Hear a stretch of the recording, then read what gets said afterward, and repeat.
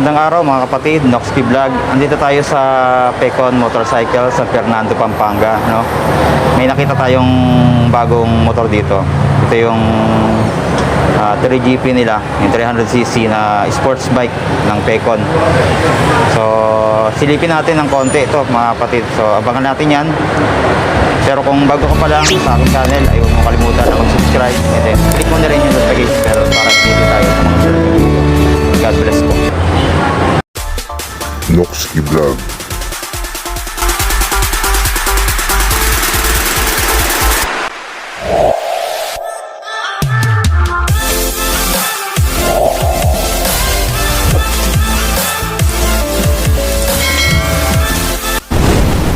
Noxky Vlog.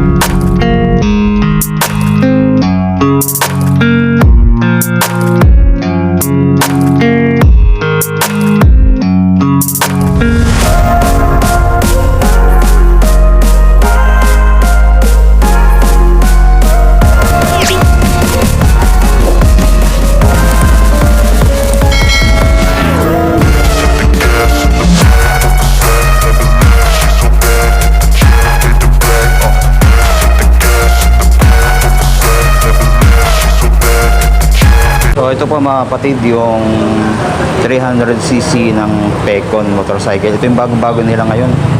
Ito yung 3GP. Ayan o. 300cc na sports bikes. Ayan o.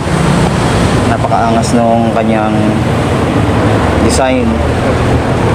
Sports na sports talaga itong dating dito. Ayan o. Stig siya o. Para siyang may nguso dito. Tapos kanyang headlight fully LED na. Tapos meron pa siyang DRL dito. Ayan, design. Tapos may parang winglet din siya. Tapos sa kulay niya, napakaganda. Parang mint green yung kulay nito. Napakalamig sa mata. No? Titingnan natin. Tikita naman natin sa kanyang paint job. Napaka premium mga kapatid.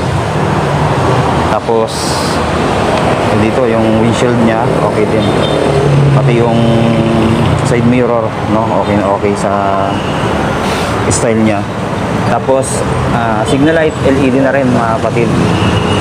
Tapos dito sa kanyang front shock ay naka inverted fork na kulay gold, kaya maganda oh.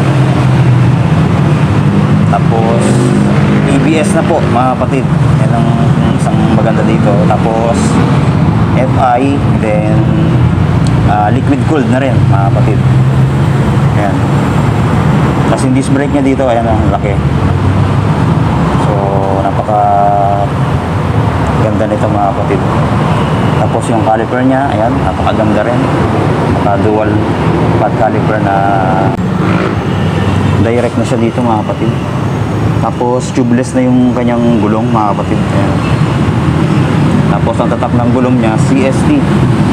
Sa size naman 110 by 70 by 17. Tapos naka mags. Ganda rin yung design ng mags niya mga kapatid. Meron pang sticker dito, decals niya. Ganda. Tapos ayan, yung tatak dito sa fairings niya. Ayan, napaka-sporty look talaga. Tapos yung kanyang frame, mapapansin nyo dito, ganda ng pagka paint nung bakal niya. Kaiba siya mga kapatid. Parang magaspang na parang parang may kapit sa kamay pag ginawakan.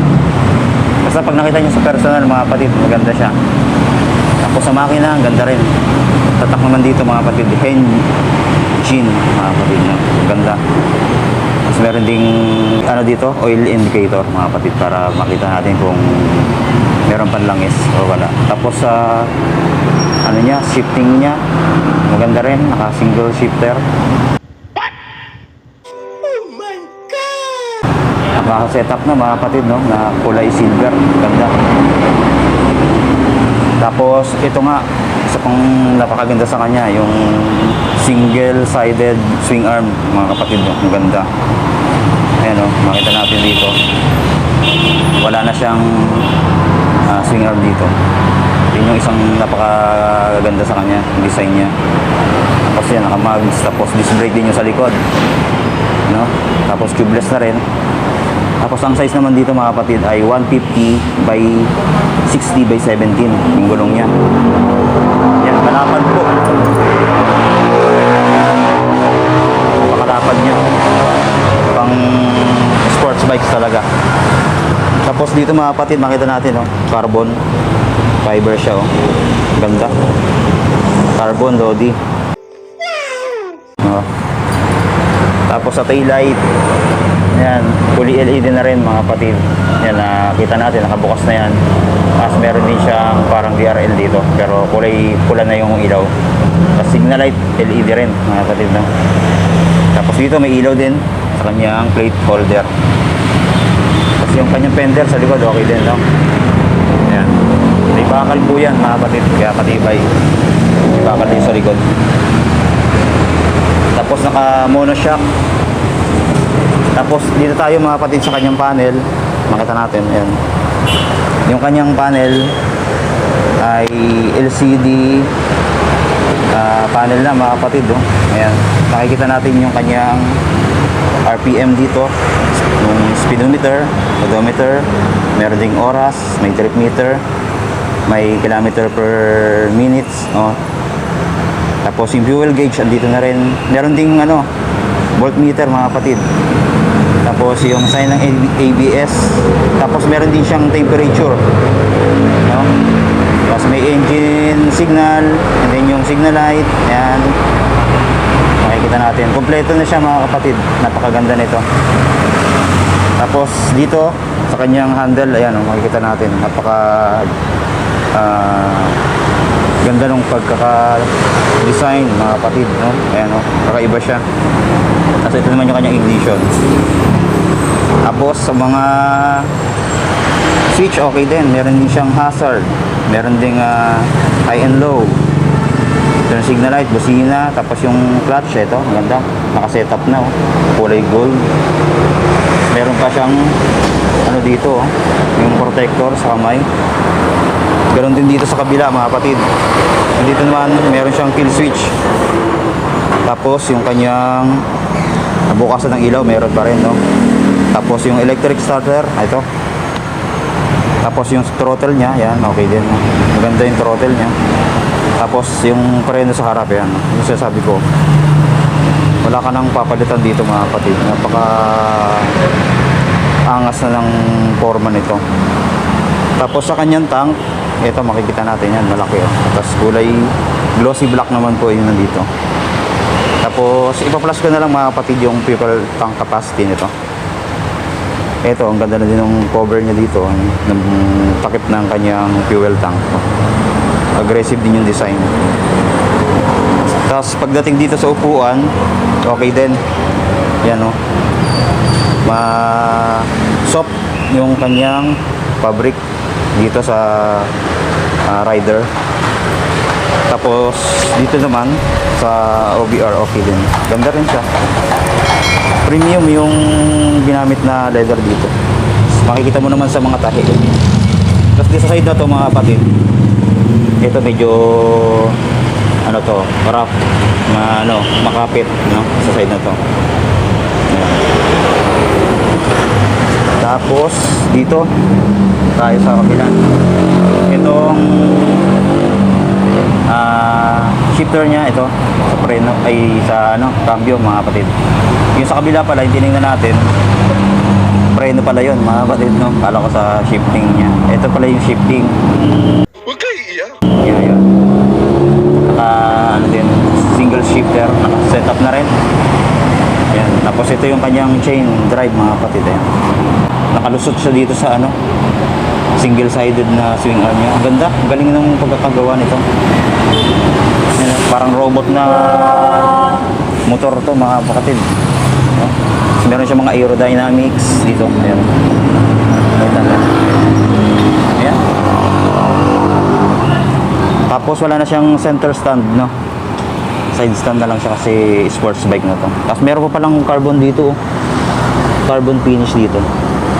Sa kanyang pang ilalim, malapit sa may araro niya. Ayan. Magaling. Ganda ng gawa ng Pecon. No?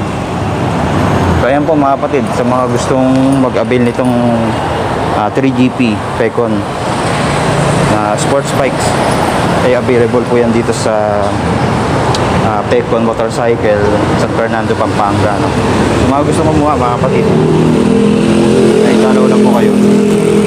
Yan po.